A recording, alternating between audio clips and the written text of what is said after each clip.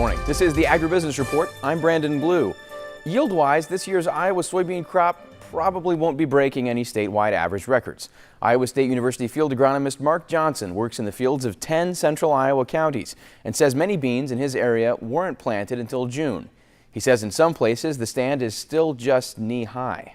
Now, other fields were planted earlier and in better conditions, but even there, Johnson says he's seeing some localized disease pressure like sudden death syndrome. Okay, so this is classic symptoms of sudden death syndrome. These are the veins, and you can see they're nice and green.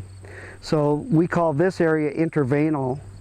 And when an area turns yellow, that's called chlorotic.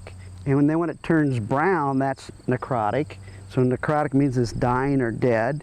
And so what happens with sudden death syndrome is it gets infected in the roots very, very early. So it's typically shows up more in beans that were planted early, cool, wet soils. And then it just kind of sits there until you get a lot of demand on the plant trying to fill the pods. Once you see it, it does really go through the symptoms pretty quickly. There are other diseases that mimic this. Brown stem rot is a classic one. And so then what you do is you get a stalk and you split it, and you should have nice white tissue. And with brown stem rot, you'll have a brown line right up the middle of that. See, it's not brown. It should be very, very brown. We've seen a little bit of SDS, not a lot. We've seen a little bit of brown stem rot, not a lot.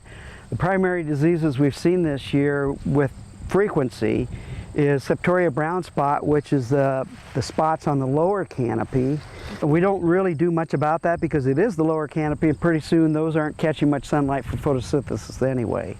And the other one that we saw quite a bit of this year earlier was bacterial blight on the leaves, and that's usually on the upper canopy, and that's where it could actually look a lot like this. I think this maybe is insect damage, but it gets a real tattered look to it. And you can't do anything about that because that's bacterial, and fungicide won't touch it.